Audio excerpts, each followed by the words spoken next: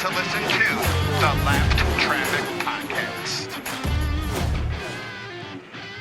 What is up, Lap Traffic Nation? Welcome to episode 172 of the Lap Traffic Podcast. I am your host, the Professor, Brandon Crowd. Happy St. Patrick's Day. Wow, man, what a difference a week can make. Hope you all had a great weekend. What a turn of events from last Tuesday's show to this week. Last Tuesday, business as usual, had a great show with Jeff Striegel. Covered a lot of topics. So if you haven't checked that out, go check it out. We set the scene for what's supposed to be, what was supposed to be a great weekend of racing at Atlanta. And as each day passed from last week's show, things have gotten strange and weird up in here. We are a week later, and we are living in a completely different world right now than we were last Tuesday. That said, hope all of you, your families are able to stay safe, healthy, avoid the corona. I think at this point it's safe to say things have impacted all of us in one way or another. Last week, I was getting excited for some WWE SmackDown in Detroit, which did not happen. I was excited to go make my first sports bet in a Detroit casino, which did not happen. We were getting ready to have some friends and family over for a little housewarming at the new house, which did happen, which was great. Had an absolute great time, great turnout. The Yonkers came up. Brad and I ended up playing some NASCAR heat into the wee hours of the night. Had a blast there Saturday. Glad people were able to get out for a little bit. That was a lot of fun. And here we are. And I'm not one to get nervous for, the zombie apocalypse stuff. Not one to buy the 5-gallon bucket of survival food. That said, this week, there's definitely a level of panic in society, right? So I told Lindsay, I'm like, all right, well, better go to the store and get some stuff because, one, we're having a party, and two, we're going to run out of our weekly supply that we normally have. So she went to Costco and the grocery store, and I tell you, never seen anything like that. Fortunately, for the most part, everyone was pretty well behaved. People were actually smiling. No one really complaining about the hour in the checkout, which was good.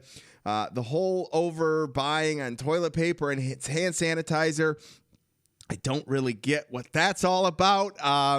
It is crazy, especially, it's St. Patrick's Day, and we're all celebrating St. Patrick's Day a little different, I bet.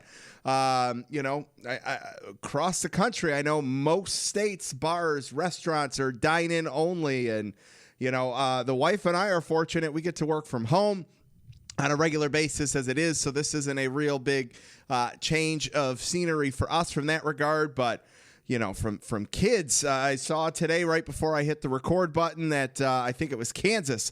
They're canceled school for the rest of the year. Sports are, it's a different society than what we were at a week ago. And the closest thing that I personally can recall to this is, and it was nowhere near as intense, at least up in Michigan, was the blackout of 2003, where a lot of the Midwest lost power back in mid-August, and some didn't get it back to the end of the month. We were pretty fortunate. We only lost it for a couple of days, but I remember lines a mile long to get into gas stations that had power, long lines at the store, but nothing like I saw this past week. And that was due to power and not sickness. The aftermath is kind of hard to fathom from, a society standpoint, stock market, local businesses, schools. Is there going to be summer vacation for the kids? How long until the stores are restocked? Like I said, the state of Michigan's, ordered all bars and restaurants to close, the dining rooms. The aftermath, once the quarantine is lifted, is definitely going to be interesting to see how everybody gets reacclimated to society. We're all going to step outside in our front porch, eyes squinted because of the sun that we haven't seen in 8 weeks. It's crazy. And things got real when March Madness shuts down. The money that is made off March Madness, from bars to travel to school to the NCAA to the networks, that obviously was one hell of an eye-opener. We went from we're going to play without fans to boom, nope, nothing. And then there's NASCAR. We went from we're going to run in Atlanta, we're going to run with just needed personnel to nope, go home. Felt horrible for everybody that was already there. Horrible for PETM as they were getting ready to head to the track. You know, the fans who clicked aimlessly through the channels this weekend with nothing to watch. But, you know, hey, you got to try to find some positives in all this. And I think we can. For me, it's hopefully that protocols will be able to be put in place for if and when this happens again, so that we as society are better prepared. The other thing that's hopefully a positive, you know, we all get so busy with work, school, and, you know, taking kids to practice and this activity and that, you know, we're going to be spending a little bit more family time. Hopefully, you know, that's a little bit of, you know, old schoolness that maybe can get rekindled there. You know, we'll see what happens with that. You know, you know, saw a GIF or a Facebook meme, something about a husband and wife that were both now working from home, and the husband posted that the lady downstairs has already sent a complaint to HR. So fortunately, Lindsay and I have been used to working from home together for a while now, so that won't be an issue. But again, it's a big adjustment, that's for sure. And, you know, the other thing, you know, you've got professional athletes. They're starting funds, donating money to workers at venues. You've got an increase in donations to local pantries. There's still some faith to be had in humanity, and that's always a plus when you can feel that sense of humanity. So that's awesome. I'm pretty confident things are going to get back to normal here soon, except, you know, normal did not happen today for me with the New England Patriots. Tom Brady leaving. That is a hard one for me. I have been a Tom Brady fan since his days playing at Michigan. Obviously with the Patriots, that has been a long time span of fanship there. That's not going away. I'm going to be a Patriots fan. I've been one for 20 years. You can't just turn that switch off there. But, man, that is crazy. Very curious to see where he goes. But I'm sure there'll be more to come on that down the road. All right. That's enough about all that nonsense. Let's have some fun. You got to have some fun when things are in a stress mode, right? So let's have some fun here for the next 90 or so minutes. No racing to recap or talk about from this past weekend. You know, I can't wait for things to go back to green, as I know you guys can't wait for that either. So I thought, what better way to do this, at least this week, than with the first listener call-in show of 2020. So we'll get that fired off here in just a minute. Real quick, if you're playing in the Lap Traffic Fantasy League, picks from Atlanta have been saved. Whenever we run Atlanta, those picks will be used. No need to submit picks until we know when we're going back and what track and all that. And as things get closer to going back to racing and we know where, you know, I'll send some emails out and all that to get everybody back in swing there. Let's see, what else? You know, what's 8 weeks without racing, right? You know, we can only talk so much about how we would do things. You know, that could get real old real quick over the next 8 weeks. So I will try my best, as I know, like Rusty and Sherwood will, to keep things fresh. You know, didn't reach out to anybody. It's still kind of new. Everyone's still kind of getting adjusted. You know, maybe in a couple weeks can definitely get some guests back on. But we'll see. We'll just have some fun with it, and you know, we'll all stick together until we get to go back racing. That said, let's get this a listener call-in show fired up. Let's crank up the Wave Around hotline.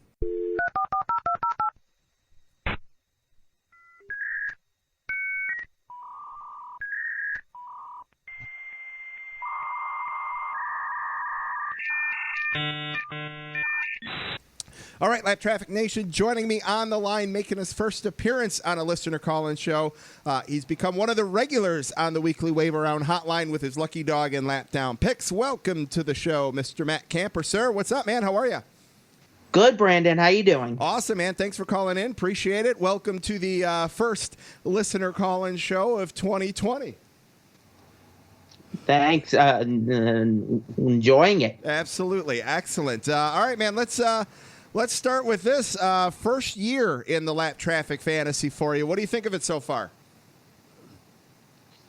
Really, I think with the lap traffic fantasy, I've been doing very well so far, and fourth place so far this year, and had one bad weekend, but other than that, really, I'm enjoying it. I'm really surprised I'm up there this year, and in the first year in the lap traffic fantasy league, and this year has been a lot of fun so far. I mean, I'm missing the racing till May, but other than that, what can you do in this situation? But I definitely am enjoying the fantasy league and looking forward to doing more picks coming up. Whenever that racing time comes in May. Yeah, I know it's going to be a pain. There's not a whole lot to watch on TV for the next 8 weeks here.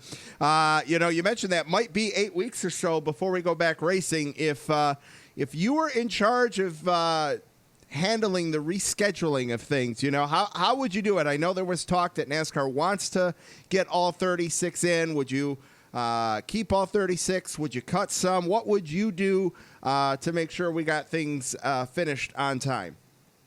I would definitely. I mean, I kind of know the schedule a little bit, but I really do feel that, I'm supposed to go actually to one of the races that's impacted in Dover in May. And I've looked at the schedule and everything. There's actually there's a weekend where they're going back to Dover in August, and I do feel maybe at least the Truck Series is going to have a problem in that situation. But in regards to definitely the Xfinity series, I think the Xfinity series for Dover, they could probably do a doubleheader weekend at Dover in August along with the Cup series and make it a doubleheader weekend to make up the schedule, since unfortunately there's no lights at Dover. And I'm hoping that's the case, because if that is definitely the case, I'll definitely spend the weekend down in Dover and some racing down in August. But definitely, other than that, there's some other things they could do. But I would love to see some midweek races if the logistics can work out for NASCAR. That's something that I think NASCAR could look into. Yeah, I don't think you're far off there. I think a midweek race is probably going to be an inevitability. I think a midweek race would definitely have a condensed schedule. I don't think they would, necessarily have, 2 or 3 practices, depending on whatever would be the norm for that track. It might be a quick practice, qualify, run the event sort of thing, which I'm not opposed to. Depending on the track and all that, sometimes I think practice is a little bit much. Not to say that they don't need it or don't take. Not to say they don't take full advantage of it, but, in my opinion, if they were to shorten up practice, sometimes, they're running a 2-hour practice. That's a lot of practice. I mean, listen, we're talking about practice. Not a game. We're talking about practice. So if they were to shorten that up, I think that'd be a good thing. The talk was, let's have one doubleheader at Pocono, but I definitely think we might have more than one doubleheader to get things squared away, which I don't think that's a bad thing either. Whatever you can do to try to give back to the fans that are impacted over whatever time span that we're not racing at certain tracks that everybody had made plans, whether it was, taking time off, booking hotels, booking RVs, buying ticket, however we can maximize giving back to those fans, I definitely think is something that should be priority. You mentioned you were going to go to the Dover race. I was really looking at going to the Martinsville race. That was one of the races that was pretty heavily put in pencil or pen, however you want to look at it. But since that's the first one back, that might be too close to call unless we get more of a definite, definitive, we're going back racing, and I've got about a month's notice. That one might be hard to do, but that's where I'm at. Whatever we can do to make sure that the fans that were impacted by this get as much back as possible. Well, Matt, we are pretty fresh into the season, but already changes being announced for next year. We've got the new car. We're definitely going to expect some new schedule changes. They've already announced some changes to speed weeks next year. What do you think of those changes that have already been announced for 2021? I really think the changes for 2021 when it comes to speed weeks, it's a very good change. I've heard a lot of talk about that. The Super Bowl next year is going to be in Tampa, and they don't want to compete against the Super Bowl in Tampa. So I really think by allowing speed weeks to start on the Tuesday before the 500 and having Busch Clash on the Tuesday night on the road course, it's going to make for a very interesting race.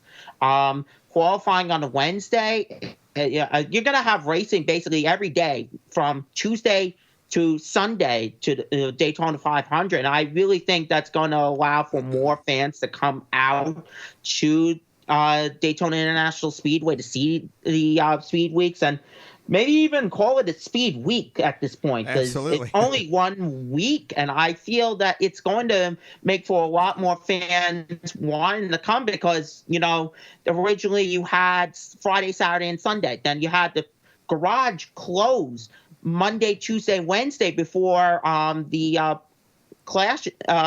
dual races on Thursday night, and the garages weren't open till like 2-3 o'clock in the afternoon. I think it's going to allow for more fans to come out and see those races and be excited, maybe even spend a week in Daytona and not be complaining that they're not going to have any races one day. There's going to be races every single day, and I think by doing this with the Super Bowl in play, I think that could be a change where NASCAR could possibly do this every year going forward, potentially. Yeah, no, so I'm with you there. It's a lot easier for people to take, a week of vacation than to maybe have to stretch that over, a Thursday, Friday to get down there for the Clash and then stay through the, it definitely makes things a lot more accommodating from the fan perspective to get to Daytona for more than just, the truck, Xfinity and Cup race for the 500 weekend. So that, like you said, that definitely opens up a lot more accessibility there for sure.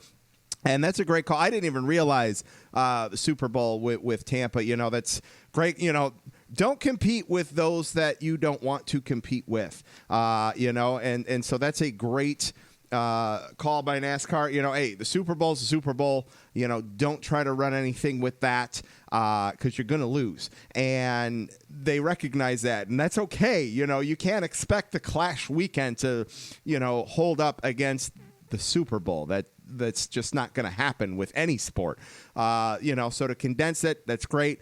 Absolutely love that. Good call there.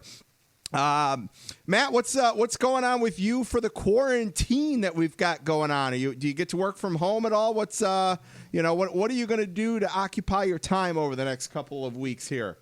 Well, right now for me personally, I was supposed to go to work today, but I have a little cold, but I'm getting better on that. But unfortunately, though, for me, I don't have the capability of working from home when it comes the situation's over with. So I mean, it's a big inconvenience for me, but I mean, in the long run, I understand why they got to do this. And what I'm gonna do is just watching TV, maybe play video games, on the PS4, and that's what I'm gonna do probably just to kill some time until this whole thing is over. Luckily, I am restaurants, and places are open to take out still as of now, but that could change over the course of the next few days for all we know. But, and I'm still able to go outside. So if I want to walk, that's what I'm going to do. But I'm going to do it the best I can. Absolutely. Well, hey, hit me up if you want. We could, if you got NASCAR Heat 4, we can run some races over the PlayStation Network there if you want to. Matt, tell everybody where they can follow you on social media. You can follow me on Twitter at Camper Newsnet. Excellent. Matt, thanks so much for calling in. Lap Traffic Nation, big thanks to Matt Camper for calling in. Thanks for calling in, and we'll talk to you soon, man. Definitely, Brandon. Take care. Thanks. Take care. Well, Lap Traffic Nation, great to talk with Matt Camper there. Look forward to seeing how he finishes out the Lap Traffic Fantasy for sure. All right, let's get to the next call for this first listener call-in show of 2020. All right, Lap Traffic Nation, joining me on the line. He is a dominant player in the Lap Traffic Fantasy League. He's been on the show a handful of times, and he's calling in for the first listener call-in show of 2020. Welcome back to the show. David, what's up, man? How are you? Hey, Brandon. Thanks for having me in. I am just hanging out in Charlotte, North Carolina with my young man who's been home from school for a little bit, and we're just kind of getting through it. Excellent. Yeah, man, it is a I talked about it at the start of the show. What a difference a week can make. You know, you hear that cliche all the time, but man, these last 7 days have been felt by everybody.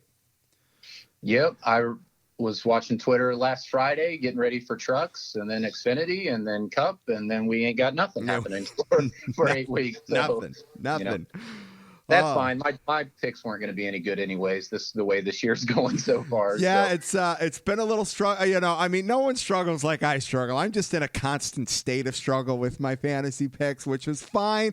I don't want to win the league, but I at least like to be up there just to be able to brag with everybody else, and I don't get to brag, so.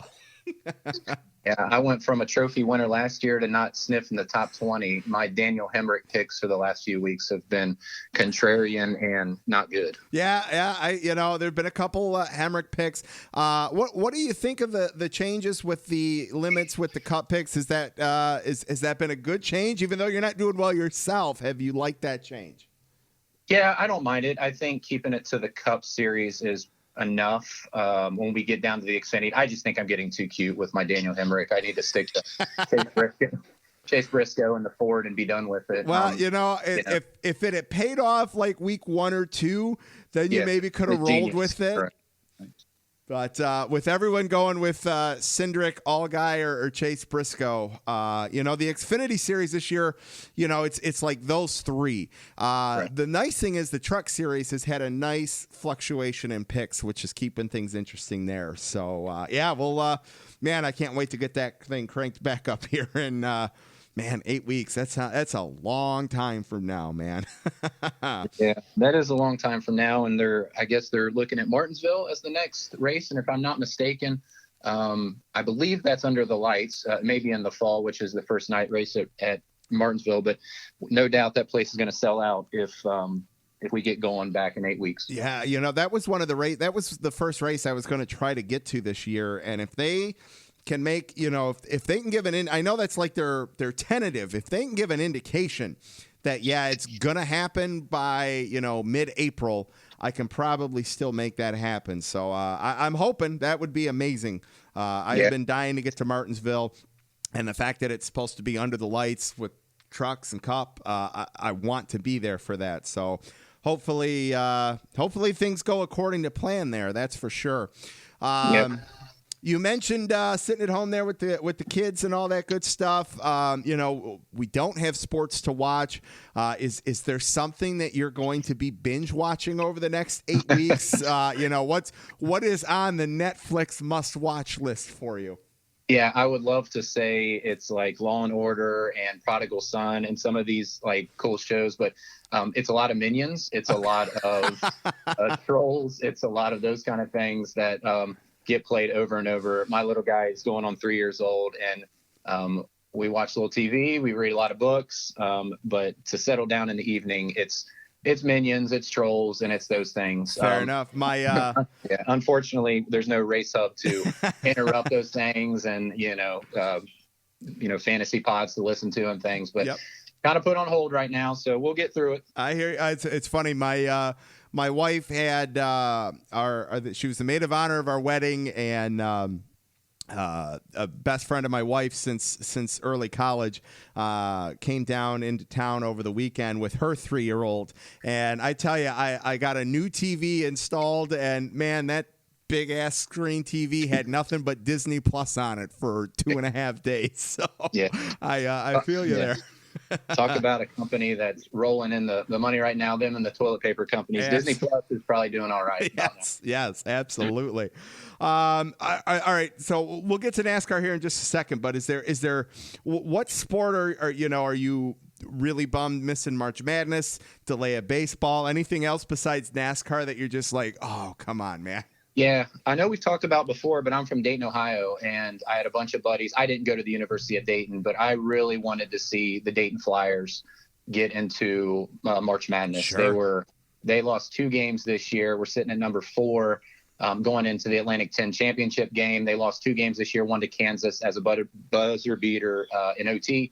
I know all my people and family up in Dayton were really upset to not see them make a run at the national championship, which would have been awesome. And those seniors had a really nice year. So shout out to the University of Dayton Flyers basketball team. I was looking forward to watching them. I was getting into basketball a little bit. I was, watching some different things, but NASCAR is the bread and butter on Friday, Saturday, and Sunday. And now it's Minions. Yes. So. I love it. All right, man. 8+ weeks potentially here. If you were in charge of NASCAR, how would you get things back to normal? What would you do? Would you cut? Would you add? Would you doubleheader, weekday? How would you like to see things if you could in your perfect world? Yeah, I don't know if we've talked about this before, but I would cut the schedule either way. I don't think we can do it now. I think we've cut all this time and we're kind of in a bind to get the races to these racetracks that they need to stay going. I don't think it's that this year. But if you ask me at the beginning of next year, I think the 36 race schedule is too much. There's a lot of diluted races that, get the double headers or get the 2 races in a season. That's just my take. Unpopular opinion. I get it. But I think for the health of the sport, that's the direction that needs to go. As far as this year goes, I'd love to see a midweek. I'd love to see like a Saturday, Sunday back to back with like Richmond on a Saturday and Martinsville on a Sunday, where the teams are pretty close to each other. I know they've talked about practice, qualifying, and racing on the same day, which would be really, really nice to get taken care of. Like if you had that back to back at Richmond and Martinsville, maybe you had a Charlotte and Martinsville or something like that. But those are decisions that they get paid to make. As a loyal NASCAR fan, I'll be watching either way. I feel bad for the teams that are trying their best to make it through right now and the families that may lose an off season when the time comes. I'd hate for them to lose the very little off season that they already have. So anyways, a midweek would be great. A back-to-back on a Saturday and Sunday at 2 different tracks would be great. Getting them all in before playoffs start, that's going to be, they're going to have to hustle a little bit. They're going to have to hustle. I want to go back to something you said about, cutting races. And I am with you there a little bit. I am not opposed to that next year. Like you said, I don't think you can do it this year. If NASCAR can get all 36 in, I think they have to. And I said this a little bit ago with the last caller. I think you've got to be able to give back to the fans as much as possible. And you had fans that had already booked, paid for, and made plans, to no fault of their own, to no fault of NASCAR's own. But I think if NASCAR can, they owe it to the fans that had already planned on going to races to try to give back to them as much as possible for this year. But that said, next year when the schedule comes out, I'm not opposed to reducing the schedule a little bit. And I say that just because I know you're a diehard.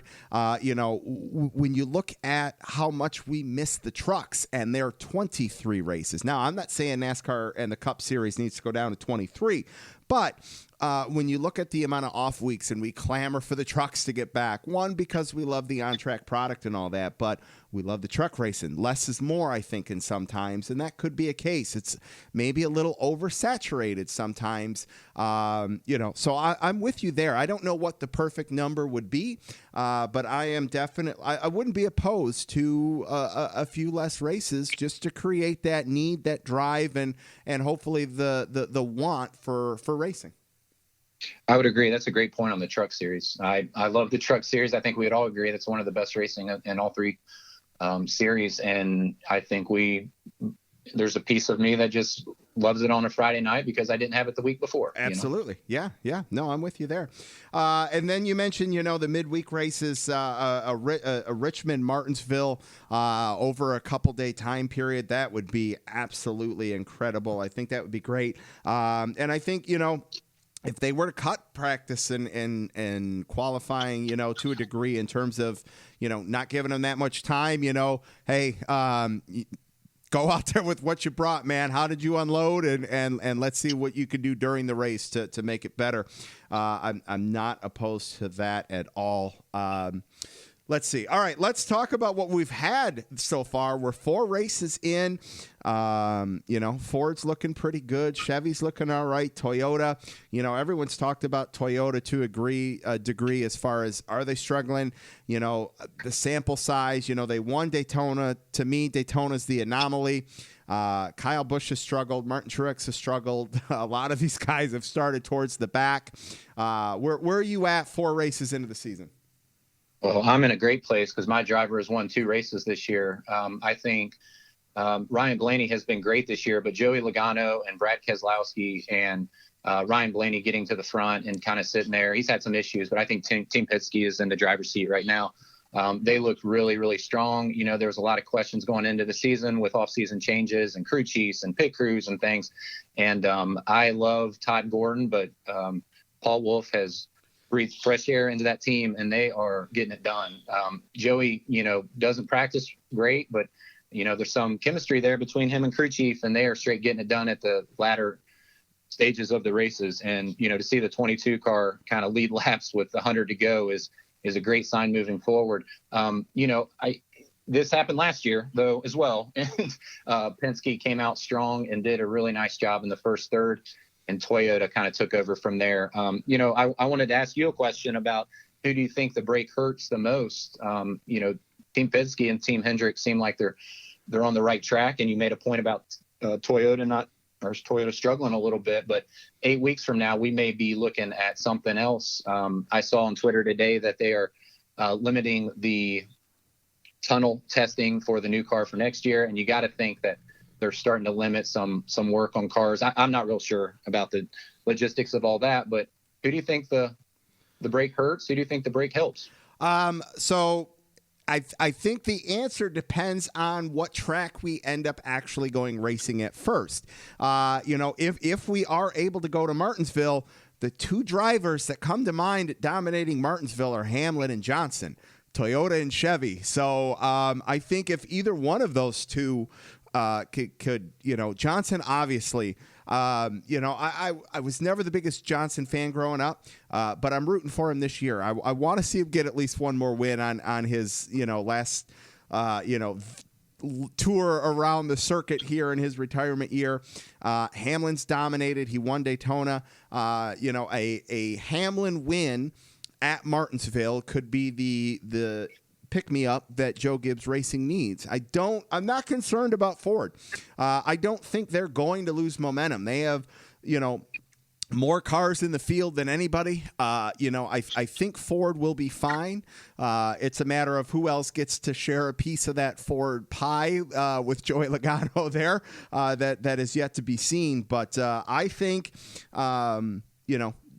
if a Chevy or Toyota can get the victory for the manufacturer, I think that will do a lot for those teams going forward. Yep, I would agree. I think Martinsville's a good place for that. I don't know what the 1.5 miles looks like, but the short track and getting some momentum for JGR would be fine. Absolutely. And probably for my picks, because I need some help. Well, I tell you what, I need to take some time, and the time that would be spent updating the Lat Traffic Fantasy, I need to go methodically map out my picks for the next couple weeks and see if I can, crack the top 20 at least, and see what can happen. I got stung with my Ryan Blaney pick at Phoenix only getting me 1 point. That hurt. That hurt a little bit. That's tough. Maybe the break helps us the most over. Yes, absolutely. Yes, that is for sure. Hey, Matt, where can everybody follow you at on social media? Yeah, so I'm at David C. James 22. You can follow me on Twitter. It's nothing but NASCAR things. We don't do political things. We don't do any of those things on my Twitter feed. It's all NASCAR. If you're a Joey Logano fan, come follow me. If you're a Ford fan, come follow me. And I appreciate you having me on again, Brandon. Absolutely. Glad to have you, man. Definitely looking forward to do it again. Lap Traffic Nation, big thanks to David James for calling in, man. Hey, thanks so much. Stay safe, stay healthy, and have fun with the Disney Plus. Yeah, if everything lines up, maybe I'll see you in Martinsville in a few weeks. Sounds good, man. We'll talk to you soon. Bye. See ya. Oh, Lap Traffic Nation, great to talk with David James there. Love talking with him. Great guy to talk to, and look forward to seeing if he can rebound in the Lap Traffic Fantasy League this year. All right, got a lot more for you guys tonight. We're not anywhere near close to being done yet. Let's get to the next call on the Wave Around Hotline. All right, Lap Traffic Nation, joining me on the line, I think making his third appearance on the Lap Traffic podcast from the great state of Michigan. Welcome back to the show, Mr. Braxton Crisp. Sir, good evening. How are you, man? I'm doing great. How are you? Awesome, man. Thanks for calling in on this impromptu listener call-in show. Appreciate it. We were talking a little bit beforehand. You've had some very cool things going on, and you have definitely been impacted by everything as of late. Yeah. So we'll just put it this way. A little more than a week ago, I had 4 trips on my my Delta bookings that I had planned out for the next 2 or 3 months, and another couple in the works. And now today I just called and had my last ones that were still on the books scrapped. So my Delta is itinerary schedule is cleared out. It's cleared out. And I travel quite a bit for work. So going from a different event to event. So it's definitely had an impact on us. And fortunately, there's some companies out there that are in much better situations than others. I'm fortunate that I work for one that is in pretty good shape to be able to take care of its employees and stuff. And I can't feel enough for some of these different companies, both involved in event sponsorship or management, or the race teams or restaurants, bars, etc., that are impacted by this, and they just don't have the means to keep operating with no cash flow. Yeah, no, that just breaks my heart. Yeah, no, it's definitely impact. A buddy of mine owns a sports bar here, and this is a bread and butter slam dunk. Like, you don't have to do anything. People are going to come for St. Patrick's Day and March Madness, and there's none of that. And you feel for staff that, you feel for the 1099 guys, you feel for the the service industry, anybody that, and that's the thing. Everybody is slowly starting to get impacted by all of this. And like you said, I'm fortunate enough. My wife is, like you said, you are, if you're in an industry that hasn't taken a hit, it's definitely a blessing, and cannot wait to hopefully go back and support those that, aren't in that capacity. So I can't wait to go leave a big tip for a few people here once the restaurants are back open. Yeah, I mean, absolutely. Like, even if you are in a position, you still want to eat out, you can afford that kind of thing, get a Grubhub or DoorDash or whatever, or you go out and go and do a carry out type deal. Like, I'm trying, if I'm doing that, I'm doing it to a local place for sure. Absolutely. Just help them out. Yes. All right, let's talk a little NASCAR. There's a lot. We've talked to, or I've talked to with the past few callers a little bit about some hypotheticals. But let's talk about the season that we've had so far. There's been some interesting changes from a driver side of things. We've got Ross Chastain in the 6th filling in for Ryan Newman. We got Matt DiBenedetto, who is kicking ass in his first 4 races with the Wood brothers. What do you want to talk about there, sir? Let's start off with Matt DiBenedetto, because I like something that his team, Wood brothers, and specifically their PR guy, John Wood, put together, that they were taking like $10 donations. And for that $10, you would get a signed card from the Wood family plus Matt DiBenedetto as like a hero card type deal.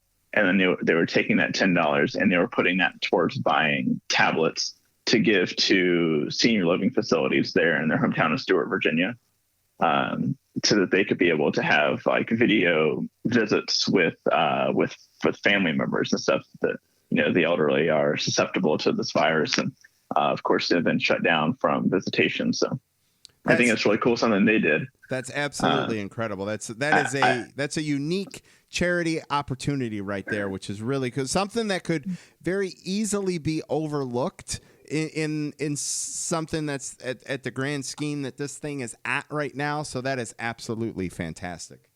Yeah. So I think the last thing I saw was their plan was to supply, I think he said there's 2 senior living facilities in Stuart itself where their team is from.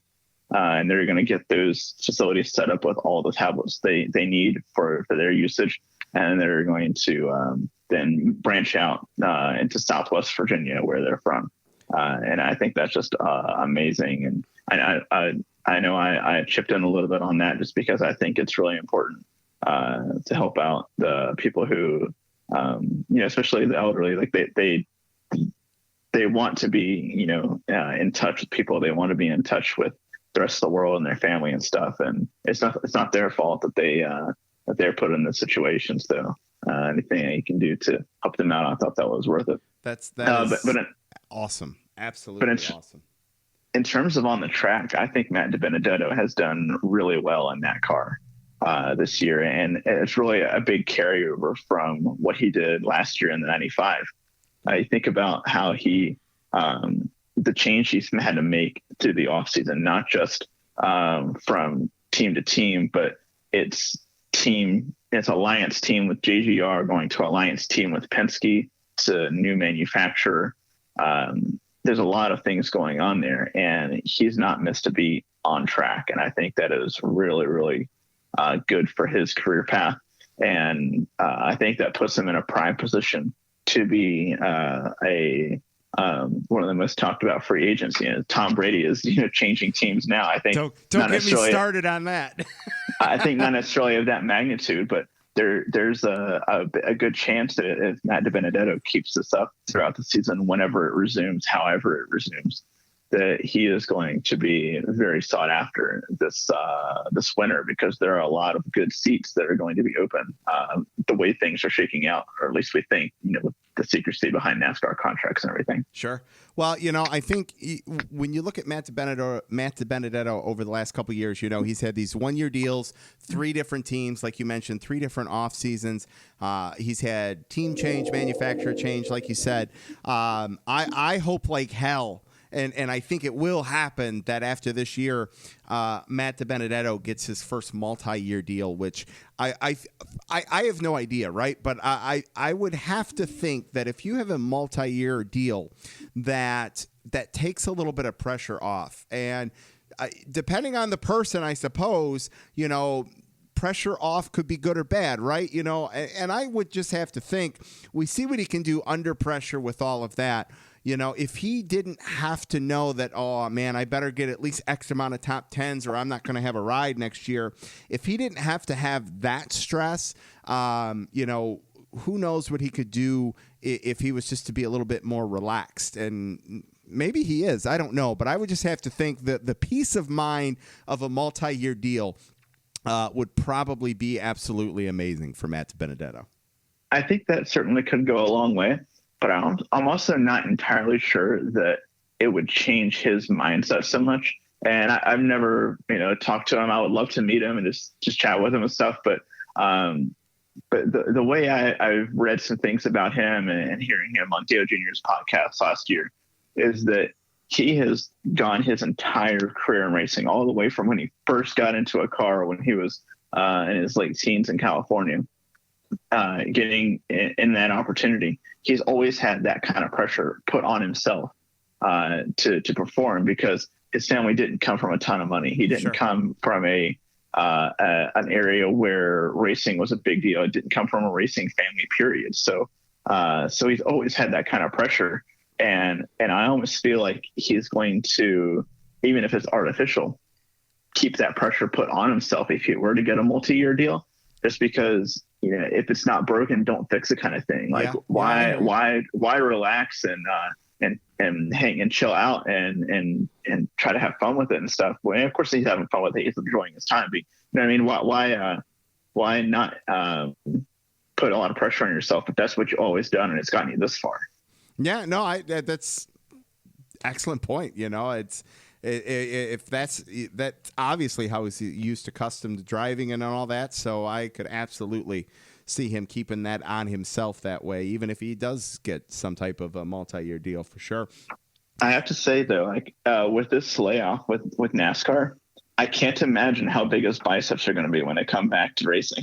Absolutely. He's just probably going crazy in the gym right now.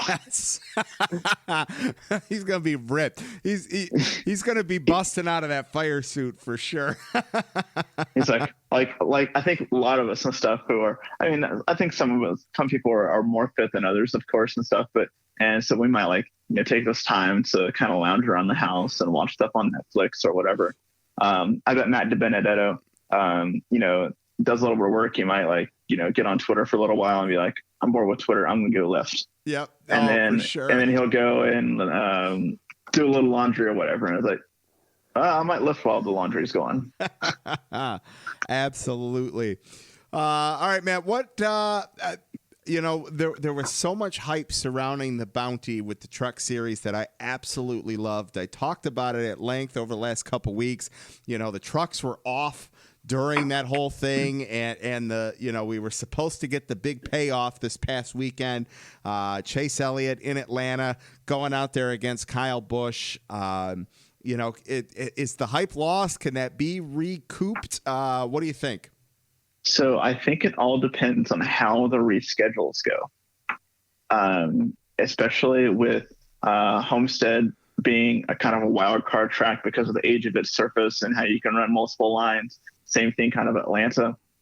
I think those are the two things that made those two races, the big hot ticket items, because it does open things up so much. And so I think the way that NASCAR ultimately reschedules those events, and of course, Homestead and Kansas and Martinsville down the road, the other two Kyle Busch races, will really make an impact. And then also too, you consider how many other drivers now have a ton more time if they wanted to try to get a deal together. I know, sponsors aren't really throwing around a bunch of money at this point and stuff, but like Denny Hamlin, for example, I read that he had cash in hand basically, and no Toyota team in the Truck Series would take his money. Yeah. I wonder if having this layoff and stuff gives them more time to try to get more drivers involved in that. So I think that aspect is interesting. I also like the idea that Halmar International team owner Chris Larson came up with putting up $50,000 for a Truck Series regular who can beat Kyle Busch. I think that is super cool, and I almost wish Marcus Lemonis would match that too, because that $100,000 would mean a ton more, I think, to a Truck Series regular, even if it's Thor Sport or GMS who beats Kyle Busch and stuff. Like, GMS had to scale back from and ditch their Xfinity program after last season, so it's not like they're exactly rolling in the cash, to be frank. So that little bit of money, it seems like a little bit of money in the NASCAR Cup Series world, but you get down in the Xfinity and the Truck Series, like that's a pretty good chunk of change. You can make a big difference. So absolutely, I think that aspect to it as well will make a big difference. But I'm curious to see how NASCAR chooses to reschedule things, and of course they might not even have a choice. They might just be like, this is the day we got to run it. And I wonder if that kind of midweek stuff might disqualify some of the truck driver, the Cup Series drivers trying to go down. We might have a prior engagement, or they're like, yeah, we really need you in the simulator at this time. Like, we'd rather you not go race that truck or sponsor event or something like that. I think that could play an impact on it as well. It's a great call there. I didn't even think about that. That's there's definitely going to be a lot of reshuffling across all 3 series, obligations, commitments. That's a great call there.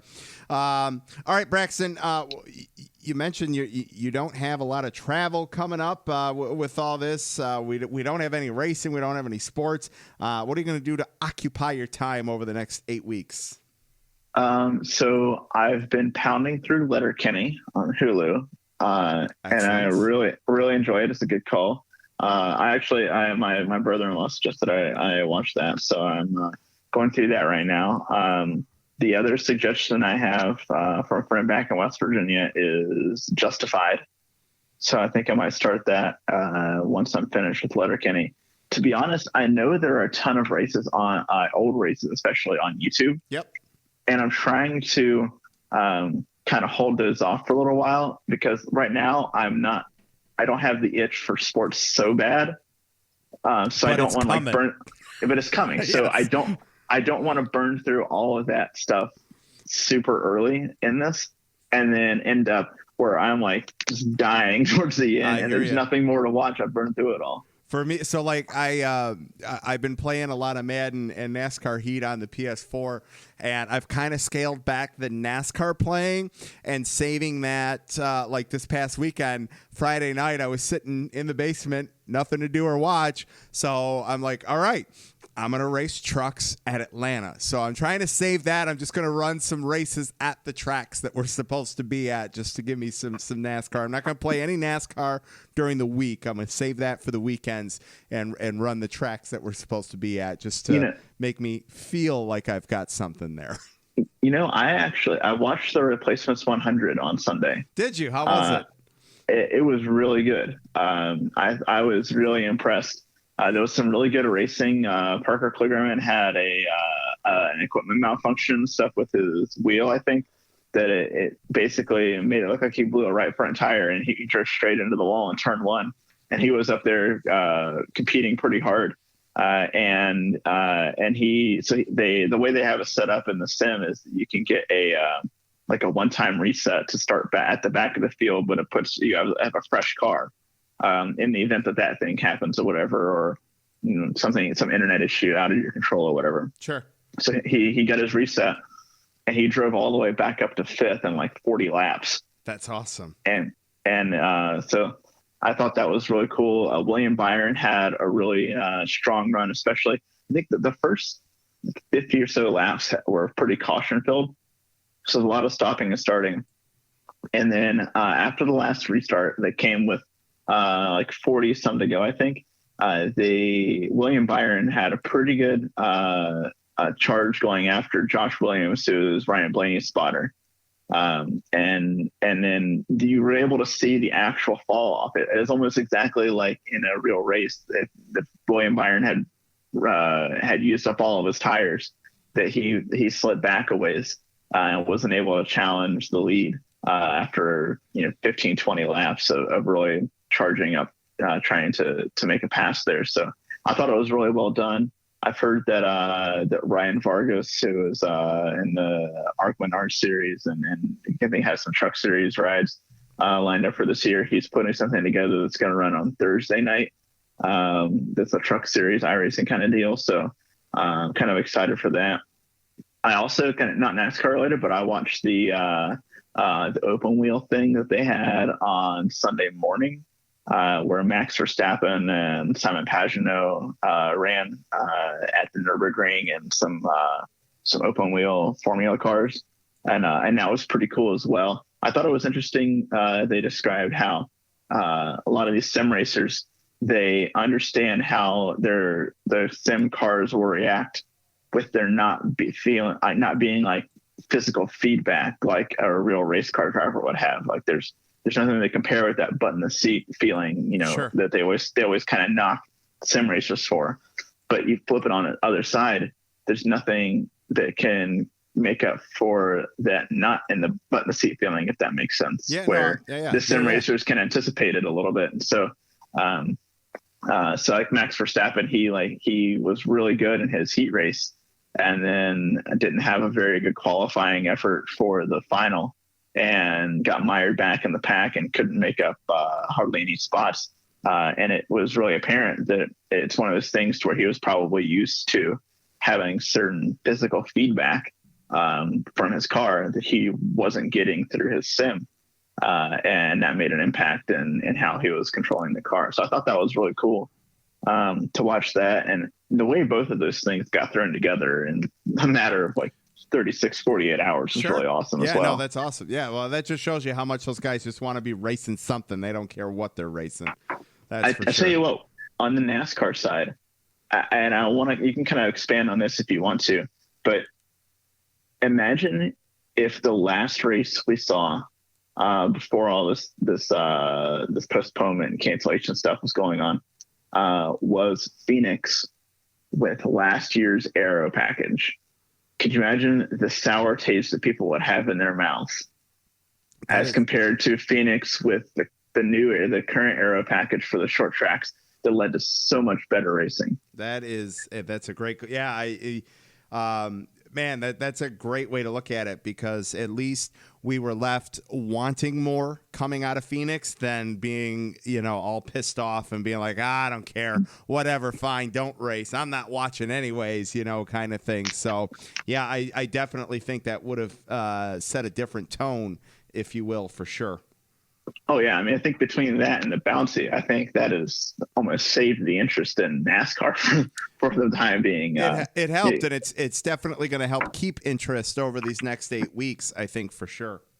Especially if they do return with Martinsville, like they have recently said that is their current plan. Yep. Then you're getting back-to-back races with the short track package for 2020. And plus, like Martinsville at night, I had never, of course, they haven't had lights on Martinsville very long. I watched the big late model race there last fall, the Valley Star 300, I think it is. The Dale Jr.'s late model driver, Josh Berry, won last fall. Yep. I watched it, and it was on a Saturday night under the lights, and I'm like, this is amazing. This is great. This is Martinsville at night. Yes. And I got really excited for that coming to the NASCAR schedule. And then for the restart of Cup potentially happening at that event in May. I think it's got it already had a lot of hype coming up to it because it's Martinsville at night for the Cup Series, but that's going to be it could be the restart. I mean, it could be a big sellout for the track and a big ratings number for the TV network. Absolutely. Yeah, 100%. All right, man. Braxton, where can everybody follow you at on social media? On Twitter at Braxton Crisp. I did kind of throw out a thing that if you have a suggestion on shows I should watch, it seems that if this 8-week thing is holding up, then I might have a lot of time on my hands to watch things. So I will always be taking suggestions on things to watch. So if you want to have an idea there on things I can watch while I have nothing better to do, really, you can throw a suggestion there. And that's been my deal. Like I'm on Twitter an awful lot, kind of not entirely non-NASCAR related at all, but apparently they put Midway Airport in Chicago to a full ground stop. I was just reading that before I called in here because apparently 3 air traffic controllers tested positive out of their control tower. Ooh, that's rough. That is rough. So that's crazy that they're putting a full airport on ground stop and the weather is great and not weather related, not terrorist attack related or whatever, like with 9/11 where they stopped everything. That 3 air traffic controllers in their control tower tested positive and they brought the whole airport to a grinding halt. That's intense. As if Southwest wasn't already taking a big hit with their 737 MAX aircraft having to be grounded. And they just decreased in travelers at this point. Now one of their biggest hubs is out of commission. Done. Yeah, that's nuts, man. All right, brother. Lap Traffic Nation, big thanks to Braxton Chris for calling in. Thanks so much, man, and we will talk with you soon. Yeah, thank you so much. I'm actually going to wait this podcast to come out.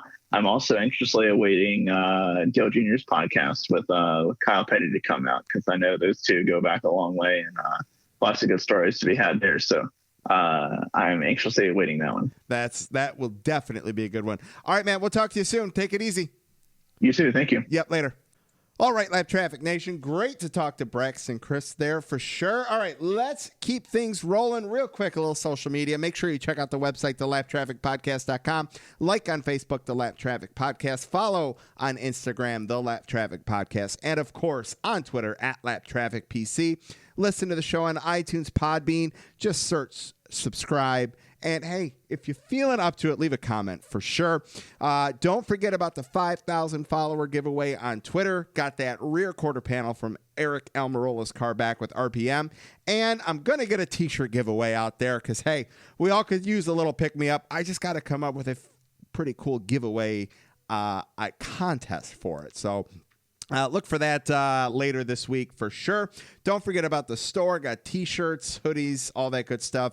I got free stickers and koozies. Just visit the website, thelaptrafficpodcast.com. All right, little condensed social media segment this week. Let's keep things rolling. Got two more for you. There's no weather, but hey, what the hell? Let's get Mr. Brian Newdorf on the line. All right, Lap Traffic Nation. Joining me on the line, you can follow him on Twitter @NASCAR_WXMAN, along with Aaron Steadwell @RaceWeather. They've kept us up to date so far, 4 races in on the weather. It might be a minute before we get an actual weather report on the Lap Traffic Podcast, but what the hell? Hey, who knows what's going on? Let's have some fun with it. Welcome back to the show, Mr. Brian Newdorf. Sir, good evening. How are you? How's the quarantine going? Oh, I'm not under quarantine. I still have to work. Weather doesn't. If you get, yeah, I'm still working. Can you? You don't get to. You don't get the luxury of doing it from home at all, eh? I'm perfectly okay. I haven't left the country or done anything, so I'm just fine. Excellent. The downside is though I live in like one of like the entrance into like allergy season already. Yeah. So the worst part is now I have that post-nasal drip that gets a cough. Boy, the looks I get when I start coughing into my elbow. Yeah, isn't that weird? Like you can't cough or sneeze like without. I'm like what is it? That outbreak or whatever? That little monkey that carried the disease. I feel like that. Oh man, crazy times, man, crazy times. I predict lack of toilet paper, sanity, and common sense. There's you got a forecast on Lap Traffic Nation. I like that. Yes, that is a sound prediction. I think there. By the way, yes, and maybe somebody can tweet me, and I'm not going to judge you. Honestly, at this point, I just need toilet paper. But if you are sitting on 3 years worth of toilet paper, can you just explain to me why? Yeah, I honestly just want somebody to tell me why you felt like you needed that. Was it because the guy next to you bought that many and you needed it too? I think so. Or did you see a report that says it was going to give you the massive, you know what? Well, I'm leaning two ways on that. One, for me, it was like, all right, there are other ways. Toilet paper is not a necessity. It is a luxury. There are other ways to solve certain issues around there, and that's as deep as I'm going to get in that regard. Like, I'll go for the meat that I can freeze and have, the necessity met there. But for me, there's still plenty of alcohol. Hey, dude, we had a little and bars are closed, right? and now bars are closed. Yes, yeah, we closed today, Monday. Bars were shut down. Restaurants, carry out only, starting at 3:00 this afternoon. Here's how you know it's a little serious. The casinos shut down at 5:00 today, and with at least a 2-week shutdown for the casinos. Like that's how you know stuff got real over the weekend. Oh, but yeah, I think people were just hoarding it to be able to go sell on Facebook Marketplace for $5 a roll. Which anybody that does that, there's a special yes, place in hell for you. Yeah, and we're not talking Michigan. Yeah, no, exactly. Yes. No, I agree with you 100% there. All right, let's see here. So it's kind of weird. Like, you were on 2 weeks ago with the forecast. Aaron was on last week. A week ago. I'm going to blame Aaron. That's it.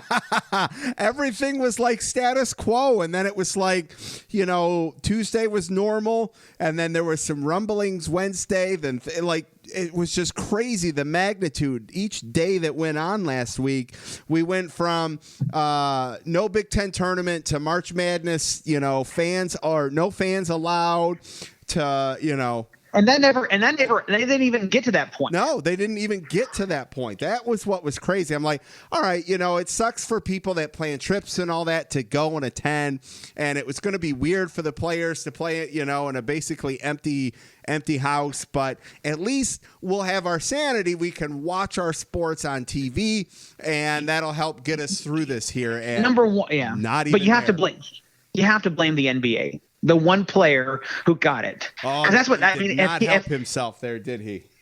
No, but I mean, I'm going to be honest. If that player had not been tested and diagnosed, we would have at least probably gotten conference tournaments. I agree. Because once a player of any sport got confirmed that they had it, it was like, and I mean, I'm going to be honest. Some of this is probably the NCAA doesn't want to get sued. Big mass crowdings. But here's the thing. It just spiraled. I mean, at this point, as you're a Michigan fan, it seems like Ohio the state of Ohio has started every one of these massive shutdowns from the very beginning. So you have more of a reason to hate Ohio, if anything else. Actually, here's the thing: Ohio knew they were getting ready to play the Boilermakers in the Big Ten tournament, and that's what they did. That's what happened. That's it. They couldn't handle King Loose, the walk on for those. I'm glad we can have fun with this. I'm glad. If you don't have, listen. And for those of you who want to don't at me like we're insensitive. We understand the severity. Absolutely, we understand. But sometimes you have to have a little bit of sense of humor. I mean, 23,000 of you were watching iRacing on Sunday. So, and I think it's brilliant, by the way. I really wish now NCAA, if somebody has an old classic version of an NCAA basketball EA Sports, it just needs to be on television right now with our own tournament. That's right. What it needs. So I get Sherwin and I have talked about this over at PETM a lot. It's, with the iRacing thing and stuff, and I'm not a big, if it's just Bob. Jones running for and driving a car, I can't rally behind that personally. But if you can, that's cool. I get that. Now, if they were able to get all 40 drivers to drive their own cup car on an iRacing thing with an unedited audio version of that I would tune in for. I would watch that. But just some random person that's really good at video games, I can't get behind that. Well, I mean, listen, I mean, obviously, we know that these, I mean, I've got to assume we hear about these drivers in the simulator. Oh, absolutely. Yes. You've got to think it's something similar to iRacing, to that ability. Oh, yeah. We don't know. What is it? I had somebody tell me that a broadcast weather friend of mine who said that he was just in a practice thing. Junior was in there. Yeah. Oh, they definitely go and run it.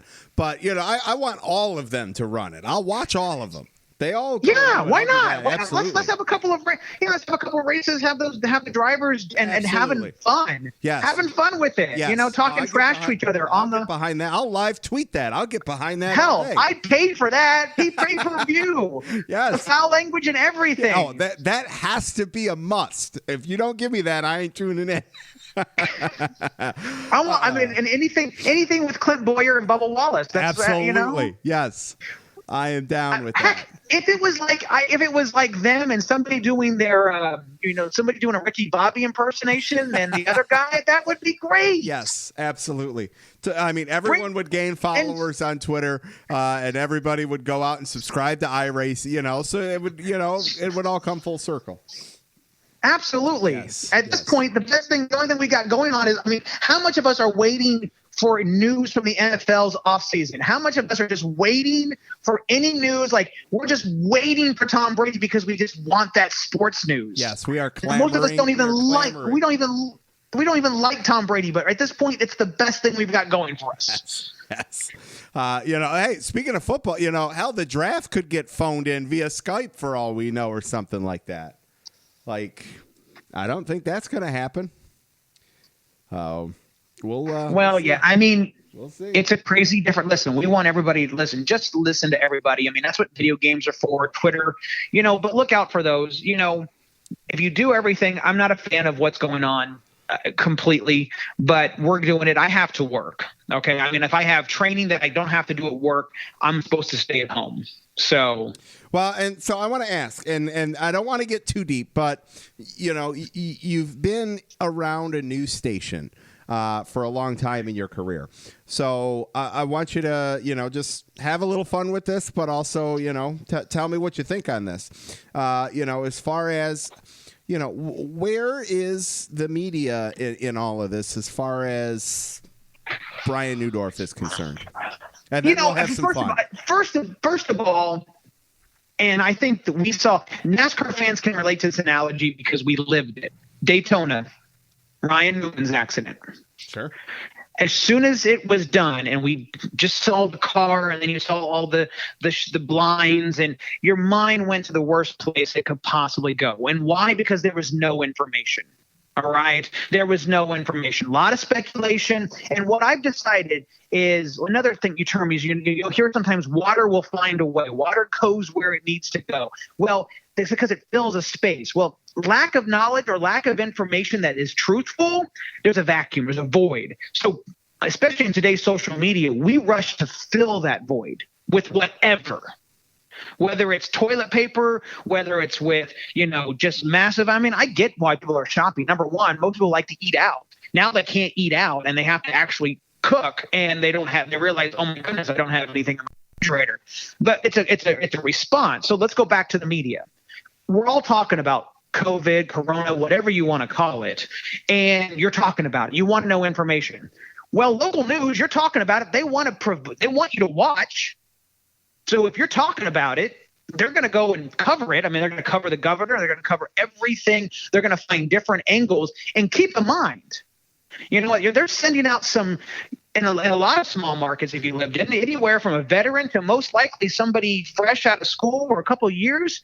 And they're taking their gear by themselves to go to these places where they're putting themselves at risk to cover a story to hopefully give you information. I've watched the news. Now, granted, I don't hear a lot of it, but I read a lot of it. Not one place did I ever see the news say there's a shortage of toilet paper. Right. Okay. And I bring that up is because everybody says, oh, well, the media drove that. No, they didn't. Okay. Fear did. And the lack of information. And that's the problem, too. Unfortunately, there was no information to pass on. So the media couldn't pass it on. And so we filled the void with worst case scenario. I mean, I'm going to be honest, there's been at least 3 days this week I've sung REM's It's the End of the World as We Know It, and as I'm walking in a parking lot, but still, and it's at the top of the charts of iTunes. So, I mean, or it's on the charts, bottom line, but you get the idea. You don't know it, but that's going to play at the background when this actually gets posted. Okay, so. There we go. But I mean, but seriously, my viewpoint is the media is trying to do the best they can. From a weather standpoint, the weather guys, the teams, they're all trying to figure out how to continue to give you news, especially as we go into severe weather season. And do it from home. Do it where we're protected. I mean, they are trying to do all the different things that they can. But from a media standpoint, now I'm not going to lie. There's definitely TV stations and there's definitely media out there that wants your click, that wants you to watch. It's going to sensationalize. I'm not disagreeing with that. I was in the TV business for 18 years. It's still they're trying to sell you a product, which is their broadcast. All right, because sure. you've moved away. You're streaming now. The idea of actually using rabbit ears to get free television is a foreign idea. It seems like a nice little hack. Free television, but they're still free.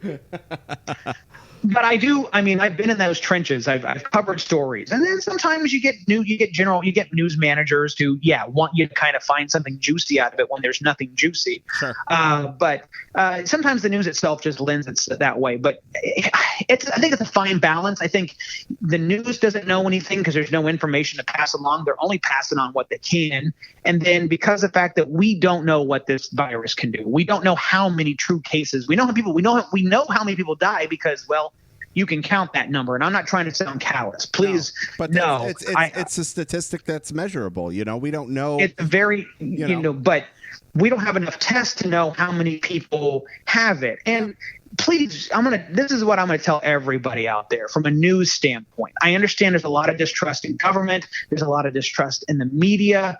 But because somebody said that their brother who happens to maybe work for the CIA said this in a phone call yesterday, it's probably not real. So that's a But good if way. you- That's a good way to put that. You know, if you're getting a message that says my friend's sister-in-law, okay, now that information is If you're already third removed. generation, it's time to move on. Yeah, or if there's no link, search that stuff. Yes, I mean, yes. I've seen a lot of stuff go across social media that's scaring the bejesus out of people. Absolutely. Yeah. Yes. Well, that was nicely put there, sir. All right, let's end it with something maybe a little fun here. You know, we're not going to have any sports for a while. Everyone's going to probably be cooped up on the weekends and whatnot. Is there anything that you're looking forward to binge watching? Netflix? Is there what's Brian Newdorf going to do to pass the time when he's not working? We just, like you, just moved into a brand new home. Yes. So we're still trying to get settled into the new home. I mean, honestly, sounds a little bit selfish, but I mean, I got things that are supposed to be delivered over the next couple of weeks, and I'm like, I wonder if they're actually going to get here now. Yeah. But no, and I've only got a couple of days. Weather's still going to be going on. What do I want to? That's a good question. If you got some ideas, send them. There are some things I think on Amazon. I don't know the names off the top of my head, but there's some stuff that I want to catch up on. I may just watch Purdue, Virginia, Purdue, Michigan State, and Purdue, Iowa, all at Mackey on just a massive loop over the next several weeks. And for those Ohio State fans, last 2 years ago, Purdue, Ohio State. There that you go. I've got to have some happy in my life. Nothing wrong with that, man. All right. Well, hey, you know, I'm not sure how the next 8 weeks of the Lap Traffic podcast are going to go. I will definitely try to find something to occupy time with, and you and Aaron flip-flopping back and forth here week to week can help keep things fresh there. So we'll try to come up with something fun to talk with you about here in a couple weeks, man. Yeah, sounds good. Listen, I would say you definitely need to spend a little more time on Twitter and see what crazy things drivers are doing to pass the time. That sounds like a good idea. You know, what kind of, and maybe, you know, look for it, or even ask the wonderful people who help make this podcast, you know, what they're doing. I mean, listen, if anybody out there, get the iRacing League going for the replacements. I love that. You know, I mean, and get the drivers. That's the mission right now. We need to get. I'd even watch if it was like Cup, Truck, and Xfinity. Oh, see, that would be even cooler if we could get like 10 Truck, 10 Xfinity, and 10 Cup guys to go run that would be awesome. Hey, let's get some Indy cars in there and make it interesting. There we go. I love it. And let's let them run their each own car or something like that. That's for sure. And you know what? For the hell of it, let's throw in a couple of professional e-racers or iRacers in there just to see what happens. If we wanted to give, a 36 field with charters, we wanted to let 4 qualify on time. That'd be all right with that. or you know what? It could be like the Masked Singer. Right. We can have a couple of drivers. We know that there's drivers. We know that there's iRacers, but we don't know who they are. Oh, see, now you're onto something there, sir. I like that one. And then if they win, then we get to find out who they are. And if it's like, some 13-year-old kid, outstanding. I love it. That's pretty good. I like that. All right, Lap Traffic Patent pending. Nation. No, I'm just copyrighted. I don't know. Make sure you follow Brian on Twitter at NASCAR_WXMAN, and make sure you follow Aaron Studwell at Race Weather. Can't wait to have them back on to give us a weather update, because that means we'll be days away from going back to racing. Sir, thanks for calling in tonight, and we'll talk to you in a couple weeks, man. Sounds good. All right, we'll see you. All right, Lap Traffic Nation, great catching up with Brian Newdorf there. And normally after the weather segment, it is the Lucky Dog segment. Nothing really there to do as far as Lucky Dog lap down's concerned. I'm sure we could have come up with something outside of the NASCAR perspective. And, hey, maybe I'll be looking for some content fillers over the next couple weeks. So I figured I'd save that for the moment. So be on the lookout for something Lucky Dog lap down related. All right, got one more call for you guys on the first listener call-in show of 2020. All right, Lap Traffic Nation, joining me on the line. I am going to let him give his own introduction. It's all you, man. Voice of the Wave Around Hotline at Racing Cants calling in, ready to give some hot takes. What's up, brother? How's it going? Nothing much, man. I just, got done. My hands are all dry from how much I washed them, and I just, hopefully don't get into a fight at Walmart going to get some hand sanitizer and toilet paper. Good luck finding it. Good Lord. I tell you, you want to know what? You want to know where I found hand sanitizer and Clorox wipes? I'm afraid to find the answer, but I need to know it. The dollar store. And guess how much I didn't pay? Definitely over $1. Absolutely. But I'll be fair. I'll be honest. It wasn't, it was $4.99 for a container of Clorox. That's pretty reasonable in my opinion. So. Well, maybe found you to a grocery store place. You never know. Maybe there's a silver lining in all this madness. Absolutely. You just got to be creative on where you look for stuff. Like my buddy went to Home Depot and got toilet paper. Hey, that's smart because, those guys probably buy it to stack to put in the, Porta-Johns and stuff. So. Yeah, I was going to say, I don't think that's the first time I heard someone go into a hardware store and buy a DP. So right. Who knows? I tell you, and I'm sure you've seen this as many other people have, but it really hit home for Lindsay. Have you seen the picture float or the GIF, whatever, floating around? All these sports have been canceled. I was sitting on the couch. I looked up, and there's this lady sitting next to me. I hear she's my wife, and she seems pretty cool. So. I'm gonna have to find. You have to send me that one. I have yet to see that one. Yeah, I'm like, all right, yeah. So I go to Lindsay. I'm like, who are you again? Oh yeah, it's nuts, man. Things have definitely changed since we last saw each other at Homestead. Since you called into the Wave Around Hotline last week, it's nuts. I just walked out of my house to go for a walk, and when I opened Twitter again, I think something else is probably going to change. So, with the way things are going. Yeah.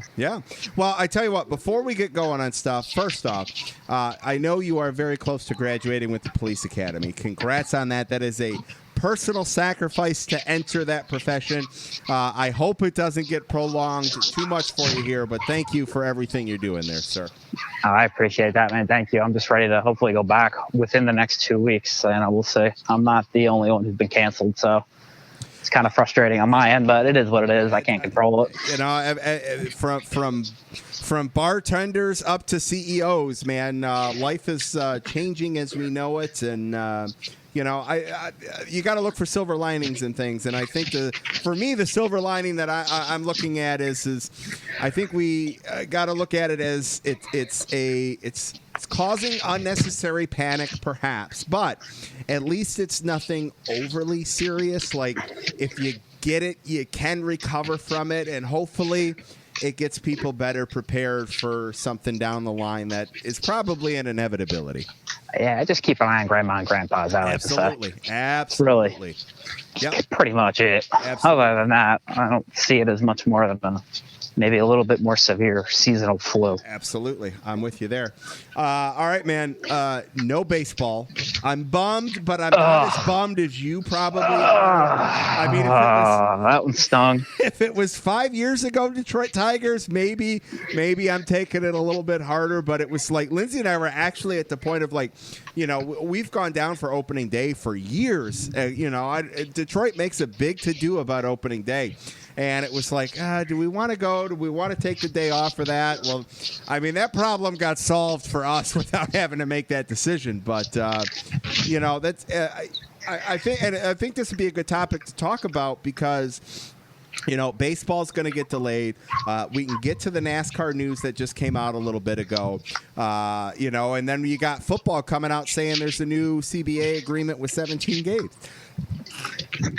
So yeah, there's a lot. Yeah, definitely a lot's come out with all this stuff going on. It's going to be interesting to see how it all plays out in the end because like I said, we don't know.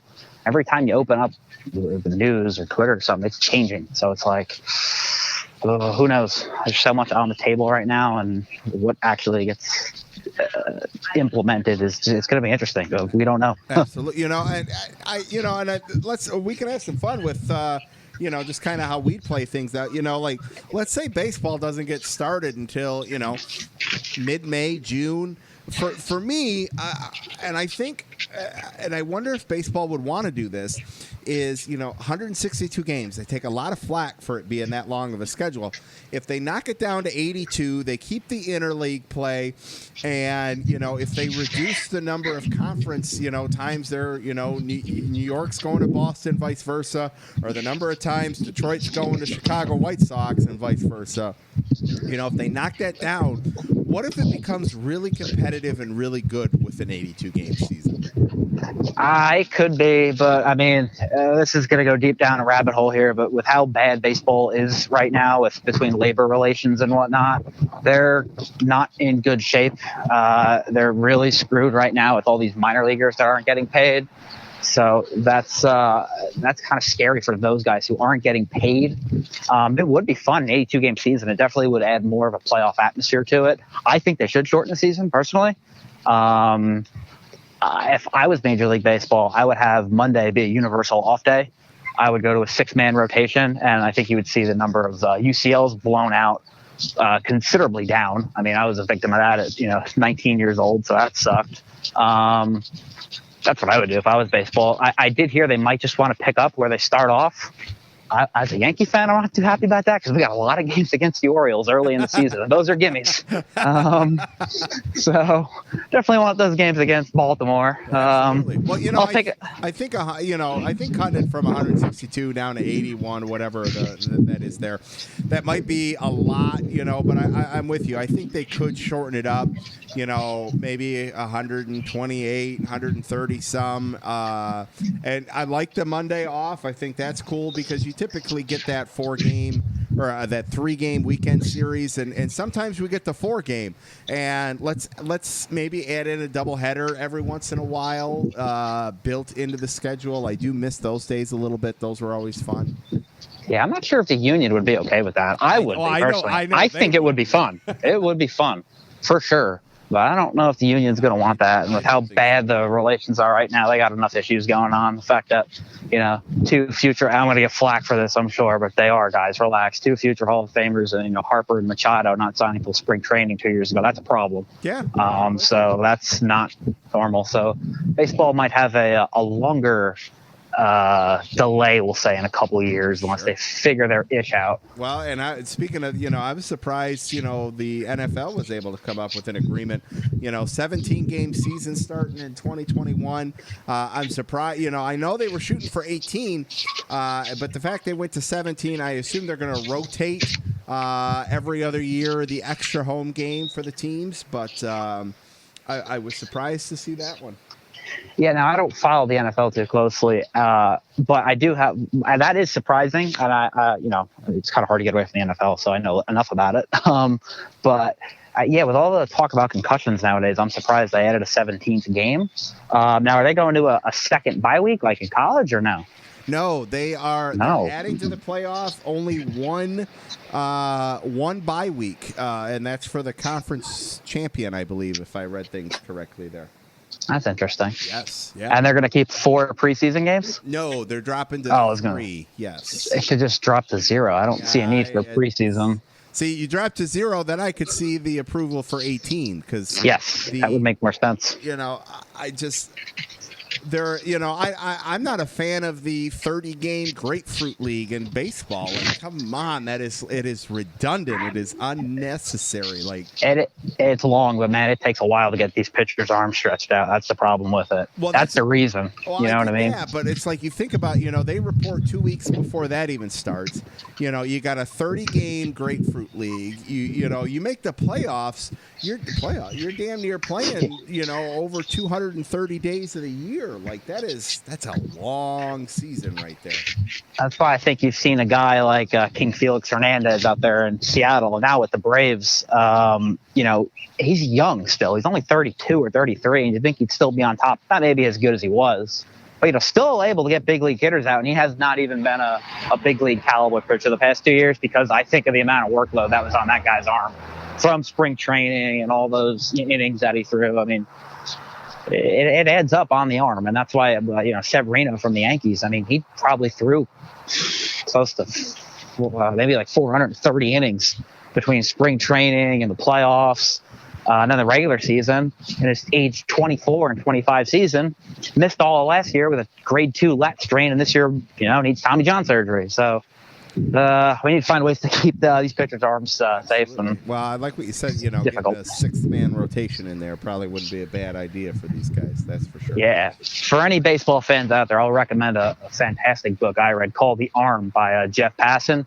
Excellent book. If you want to read up on UCL injuries, that's the book for you. I'm into that kind of stuff, so definitely was fun for me to read that. So I'll give a shameless plug for that. Not a problem at all, sir. All right, let's switch over to a little racing here. You wanted to discuss the best race ever attended live. I'm going to let you go first there, sir.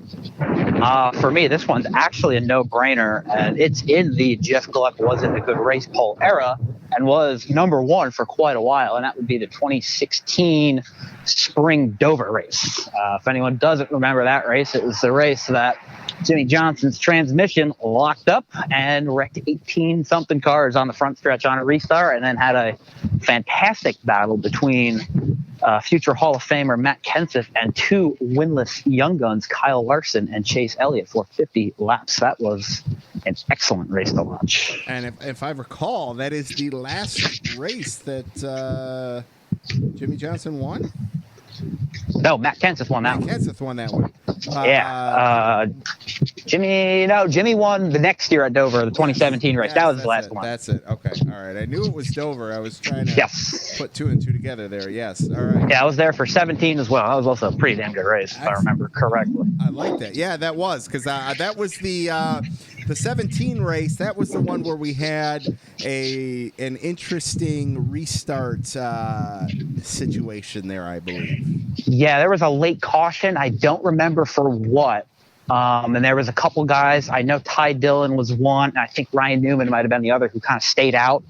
And Ty Dillon got loose on the last restart because I think they did a shitty job of cleaning up the oil dry. He got loose and wrecked like 13 cars, and then the race ended under caution. So I went on my typical race end under caution rant that I'm still going on 3 years later. Go figure.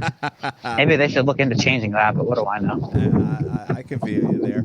All right, so my best race ever attended. I mean, obviously I've been to more Michigan races than anywhere else, so it's a Michigan race, and it's the August 2010 race. It was pure fan, pure mark out, no podcast, no nothing, and I got to ride around the track with Kevin Harvick during the pre-race intros, and he went on to win the race. Hell yeah. So as far as I was concerned, I was his lucky charm for quite a while there. And that was the best race. It was back RCR day. Didn't think he was going to have anything for him. And he held off Joey Logano. And it's funny, Kevin Harvick and Joey Logano are probably over the years have become two of the best Michigan racers. For a while it was Greg Biffle, Carl Edwards. Those guys seemed to own Michigan back in the mid to late 2000s, but over the last 10, 12 years it's been Joey Logano and Kevin Harvick on Sundays out there. Yeah, it definitely was a Roush racetrack for a while. I think that's where Greg Biffle got his last win in 2013. Yeah, that Michigan race you're talking about, was that the same race Logano got into it with Newman? Was that the first one? It was that year. It was definitely that year. I think it was the race, though. I think it was the June race, because that was right before it was. Right after that was then the Joey Logano and Kevin Harvick, Delana Harvick. I wear the pants or the fire suit. Yes, that was it. Yeah, that was at Pocono. I remember that one well. Yep. And those were back to back there. So, absolutely, I love that. That's awesome. All right, man. You are the voice of the Wave Around Hotline. I didn't put anything out there for Lucky Dog Lap Down this week, but what do you got? You got anything for a Lucky Dog, even though it's going to be non-race related, probably? No, it definitely it read my damn mind. Yeah, I remember a couple weeks ago I put Tinder dates a lap down. I'm going to put Hinge dates as Lucky Dog, so I'm going to change up my my sponsorship there. I just picked up a new deal with them, so I'm going to give them the lucky dog. Oh, the life of a young 20-year-old. It's fun being 23. Absolutely. All right, man. We might be 8+ weeks before we go racing. If you were in charge of NASCAR, would you cut races? How would you restructure things once we get back racing? So I remember throwing out there to you and to Charlotte at one point. I said, I think the best bet is they're definitely going to run those Fox races on the 2 Olympic off weekends. And now that we're down 8 races, that they kind of almost have to do that at this point. That's going to be one thing they do. Looking at the tracks that are canceled, they're almost all playoff tracks. That's going to throw a wrench into things for sure. Absolutely. So you can't do a doubleheader at Texas. You can't do a doubleheader at Bristol or Martinsville. They're all playoff tracks. Dover you can, so that kind of works out well for those guys over at Dover. And I think they were kind of a candidate to possibly lose another date or do something completely different like Pocono did. So this could weirdly work out for Dover, I think, in that way. Do we maybe see more than one double header this year with some of the tracks that aren't playoff that, we're not, early May, we haven't hit any tracks back around a second time. Does that become where NASCAR takes advantage to be able to get all 36 races in maybe? I think for Dover, yes. I kind of don't see another way around it for them. It's easy. It just kind of fits. Sure. In terms of, now I'm going to, you switch gears a little bit to Homestead. You're going to try to have to run Homestead in the middle of hurricane season. And that's when we've run Daytona the past couple of years. So, maybe they do, I don't know how contracts work either. And that's another thing we all have to keep in mind. I know I've seen Bob tweet a couple times that the rules say, and obviously the rules can be changed, and this is a very unprecedented situation, sure, that playoffs have to start at race 27. And if I had to put my life on it, I would say that Phoenix is contractually obligated to host the championship race. Obviously the last time we had something world-changing, I'll say, was 2001. And that was different. It was under a different format and different contracts, and things were a lot less complicated in the NASCAR rule than they are today. Yeah. So you're not just going to throw races at the end of the year. I think you're going to see a couple midweek races. Bristol is a candidate for one, I think. Richmond, they're not far from the hub of NASCAR, or Charlotte. So, hey, why not? Let's do a one-day show there. I'm cool with it. We'll show up. We'll do an hour practice, qualify, and let's line them up and race on 7 o'clock on a Wednesday night. Why not? Absolutely. I would definitely get behind that. That's for sure. There are so many possibilities in terms of what they can do, what they can't do. I think a couple midweek races are also an inevitability. It just, here's the thing, like, you've got an unprecedented situation. Here's the thing to where you can throw out some random ideas and see what sticks on the wall. Exactly. I was thinking the same thing. You can build that into the future. There's no reason. You don't have to build in a Monday night or a Wednesday night race and see, all right, we're going to schedule and plan it. You're backed into a corner here where you've got to make decisions, and no one's going to fault you at this point for the decisions that have to be made because they're being made under times of distress. So, anything that you maybe have been thinking about, now's the time to go and test it, because you're not going to be held as accountable from a fan base perspective. Now, the one thing that I do wonder is what happens if some of these races that's supposed to be run under the Fox now cross over into the NBC threshold. Is Fox going to run? That's where it's going to be interesting, like you mentioned, as far as contracts and things like that are concerned. But as a fan right now, and I think the fans will. I think the fans are bummed that we're not going to be racing for 8 weeks. And I think the fans are just going to be excited as all hell once we get a green flag dropped. And as fans, we need to be open-minded to how NASCAR finishes the 2020 season. Yeah, open-minded for sure. You're going to see some quirky things. I mean, hell, who knows? Maybe they'll run, Homestead at 11 o'clock on Friday and then take the 4-hour drive up to Daytona. I mean, there's so many crazy things that can and will happen. And then who's to say that we even run 36 races this year? We just don't know. Yep. We're only following what the CDC put out, early this morning. Yep. So we might have to cancel Martinsville and, onto that and, through Memorial Day. We don't know. It's I know very fluid. Bob tweeted out a little bit ago that the current plan, like you said, things can change. The current plan is NASCAR wants to run all 36. Now, can they get that in from a logistics standpoint? I think, they got 8 weeks to figure it out, so we'll see. Yeah, I mean, they got 8 weeks to figure it out. There's 2 Olympic off weeks. That brings us to 6 races, and then you'd have to run 4 midweek races. That's a lot. It's going to be a lot of stress on teams. And for the most part, they kind of luck out in a way that most of the races are not too far from. They're all in the southeast for the most part. Yeah. And then Dover, you could easily just run a doubleheader. I think Dover's kind of would be the least of their worries. The tricky one would be obviously getting all the way out to Texas and then all the way back. That would be a tricky one for sure. That could be one where they just throw that on a random weekend in the summer or whenever the Olympics are. I don't even know. Sure. I love it. All right, man. Where can everybody follow you? I know you got a couple social media handles going on out there. Where can everybody follow you? That you want them to follow you. Got a couple burner accounts out there. You can follow me at Racing Cants on my Twitter. Excellent. Lap Traffic Nation, huge thanks to Mr. Andrew Cancian, the voice of the Wave Around Hotline, for closing out the first listener call-in show of 2020. Man, have a great night. Enjoy the quarantine. Stay safe, stay healthy, and we'll talk with you soon, brother. You too, Brandon. Can't wait to talk Smack Show Racing with you soon. Excellent. Absolutely. We'll see you, man. Take care. All right, Lap Traffic Nation, great to catch up with Mr. Andrew Cancian. That is going to do it for episode 172 of the Lap Traffic Podcast. Make sure you check out the website, thelaptrafficpodcast.com. Like on Facebook, The Lap Traffic Podcast. Follow on Twitter at LapTrafficPC. Subscribe, download on iTunes, Podbean, or your favorite podcasting site.